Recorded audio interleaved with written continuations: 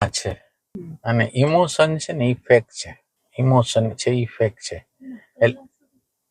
વિચાર છે એ કલ્પના છે. આ વિચાર છે એ કલ્પના છે, એટલે એ કાલ્પનિક જ છે. પણ ઇમોશન છે ને ઇફેક્ટ છે. એ ભગવાન જન્મે તો વિચારમાંથી જ ને. હે ઇમોશન? હા, ઇમોશન વિચારમાંથી જ જન્મે, પણ છતાંય વિચાર ફોલ્સ છે. કારણ કે વિચારને ઇમોશન બળ ન આપે ને. વિચારને ઇમોશન બળ ન આપે તો વિચાર કઈ ન કરી શકે.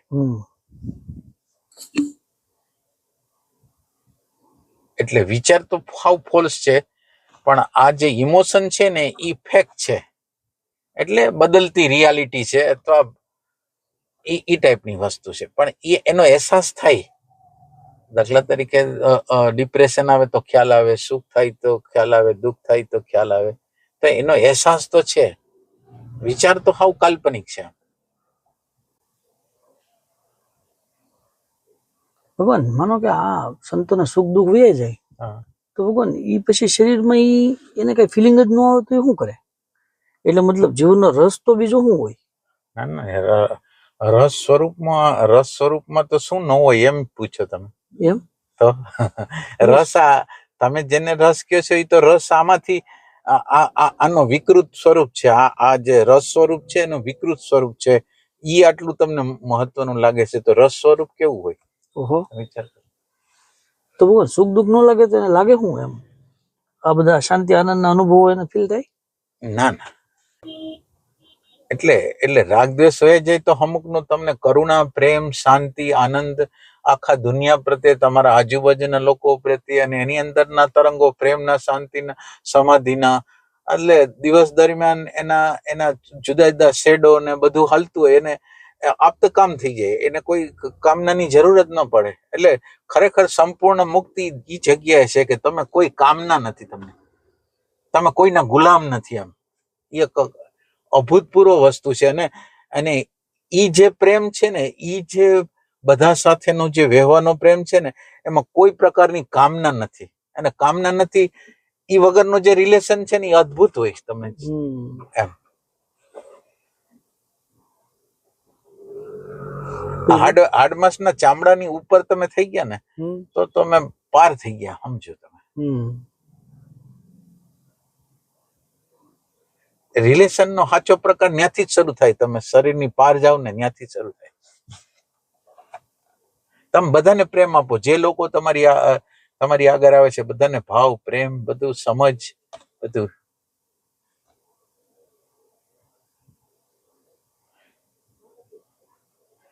અંદરનું કનેક્શન છે ને ઉપરના ચક્રો હારે થઈ જાય.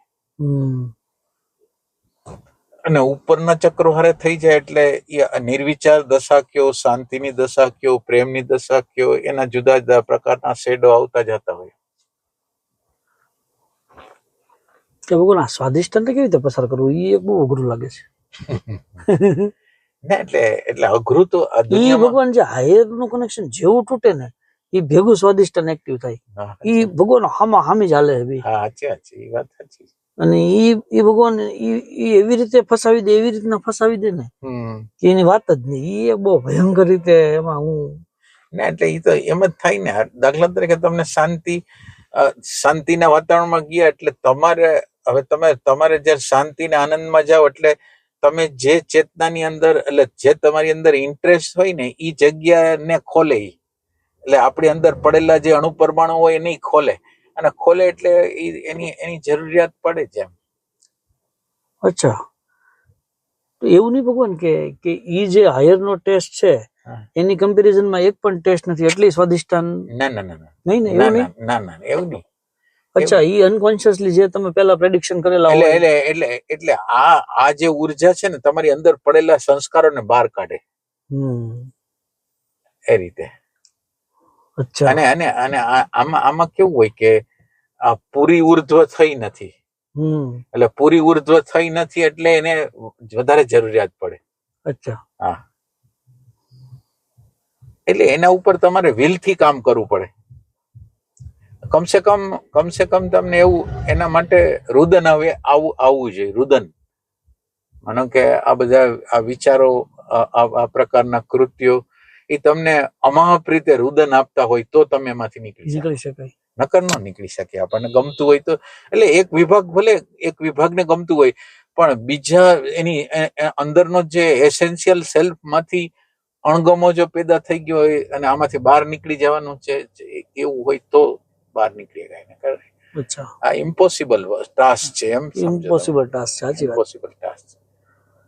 પછી ભગવાન એક વસ્તુ એવી થાય કે માનો કે આજે ખૂબ હાયરના અનુભવ થયા હોય ને, ખૂબ એટલે વાત નહીં એવા, પછી બીજા દિવસે ભગવાન એ વસ્તુ કાંઈ ન મળે, અને એ એકદમ લોવરમાં આપણને ફિલિંગ કરાવે, એમ કે કાંઈ હોય જ નહીં, બધું ગુમ થઈ ગયું હોય, શાંતિ, પ્રેમ, કરુણા, આનંદ, જાગૃતિ બધું વયું જ જાય. તો એ ભગવાન એ ઓલી જાગૃતિના કારણે કેમ ઓલું ફિનાઇલ નાખ્યું અને આ બધા જીવડા ઉકલે એવું થતું હશે ને? એટલે આ હાયર નું એક વાઇબ્રેશન છે. હવે હાયર નું વાઇબ્રેશન રીએ તો કેટલી વાર રીએ? થોડી વાર હોય, બહુ ન હોય. અને પછી તમારી મૂળ ચેતના પ્રગટ થાય, તમારી જે મૂળ છે એ પ્રગટ થાય. એટલે મૂળ ચેતના ને તો આ જ જોતું હોય, બીજું શું જોતું હોય? રાઈટ. એટલે હાયર તો એક કૃપાનું તત્વ છે કે તમને મજા આવી, પણ મજા આવી પછી તમારી ચેતના તો હાવ નાની નાની વસ્તુની ઈચ્છે છે, એ પાછું થઈ જાય ઓરિજિનલ. તમે જે હતા તમારી ચેતનાની અંદર તો તમે ચેન્જ નથી કર્યું, તો એ તમે આવી તો નીચે જ જાશો એમ. અમુક નું એવું થાય કે તમે તમે તમે વધારે લોએસ્ટ થઈ જાઓ, તમે વધારે પડતું વાત કરવા માંડો. એટલે આ જયારે ઉર્ધ્વગામી થાય ને ત્યારે એ સેક્સ ઉર્જા પછી તો આ સમાધિની ઉર્જા છે તમે પચાવી ન શકો. વધારે બોલ કરો, બીજાને કોઈ જ્ઞાન આપો, અથવા તો કોઈ પણ પ્રકારની એવી એક્ટિવિટી કરો કે તમે એને ખલાસ કરી દો. ખલાસ કરી દે, એ ઓલા જુલાબ જેવું થઈ જાય. હા, એ ટોકેટિવ થઈ જાય. એ વાત બરાબર. હા, એ બધી વસ્તુ પ્રવચનો આપવાનું ચાલુ કરી દઈએ. હા, ના, ચેતના પરિવર્તન બહુ અઘરી વસ્તુ. ચેતના એટલે નાની નાની બધી વસ્તુ ગોતી પેલા તો એક્સેપ્ટ તમે ન કરો કે મારામાં આ છે, ઈ તો એક્સેપ્ટ ન કરો. એક્સેપ્ટ કર્યા પછી એના ઉપર કામ કરવું એ કેટલું અઘરું છે. પણ પેલા એક્સેપ્ટન્સ ન થાય કે હવે આપણે કઈ ને કઈ પ્રકારની બનાવટ કરીને આપણને હલાવતા હોય એમ. એ ભગવાન એમાં તો એવી ઘટના ઘટતી છે ને કે એક્સેપ્ટન્સ એટલા માટે નથી કે એની જાગૃતિ છે ને એને પકડી નથી શકતી, એટલે નથી માનવા તૈયાર. એટલે દેખાતું અને સંતની જાગૃતિ તેને આર પાર જોવે છે. એટલે બે સાચા હોય. બે સાચા ના.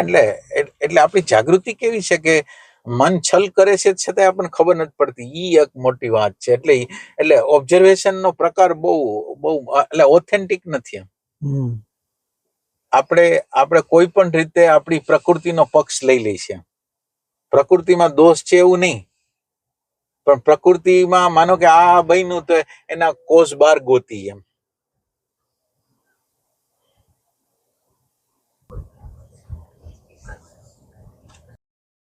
ક્યારેક ભગવાન એવું ફિલિંગ આવે કે દિલ્હી દૂર નથી બિલકુલ, અને ક્યારેક એવું ફિલિંગ આવે કે આ 1000 જન્મે થવાનું નથી દોસ્ત.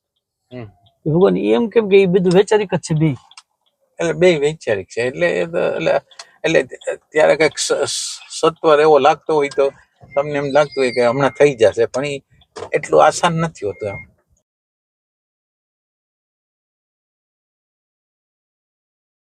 એક અમસ્તા વાત કરું છું. એક રીતે અમુક આશા બહુ સારી થાય કે વ્યાસજી હતા ને, એમ કે હમણાં સુધી ઓશોની શિબિરો કરતા હતા, અને ઓચિંતા તો હમણાં તમે જોવો તો બધું એસ્ટ્રલ વર્લ્ડ ના કિંગ બની ગયા અને બધું આપણે થાય ઓહો આમ મને કેટલું ઘા પ્રવાસ કરી નાખ્યું એમ લાગે. એની ચેતના ના એમ નતું. એ ઓશોમાં જતા કે બીજા કઈમાં જતા એમ ન જતા, એ ખાલી ચેક કરવા જતા. એટલે બધાની ચેતનાનું સ્તર અને એ બધું ચેક કરવા જતા. એ કઈ એના ફોલોવર કે એવું કઈ નતું ના. એટલે એની અંદર એક જુદા પ્રકારની વસ્તુ હતી. ક્યાં શેડો છે, ક્યાં પ્રમાણમાં ક્યાં ફોલ્ટો થાય છે ના.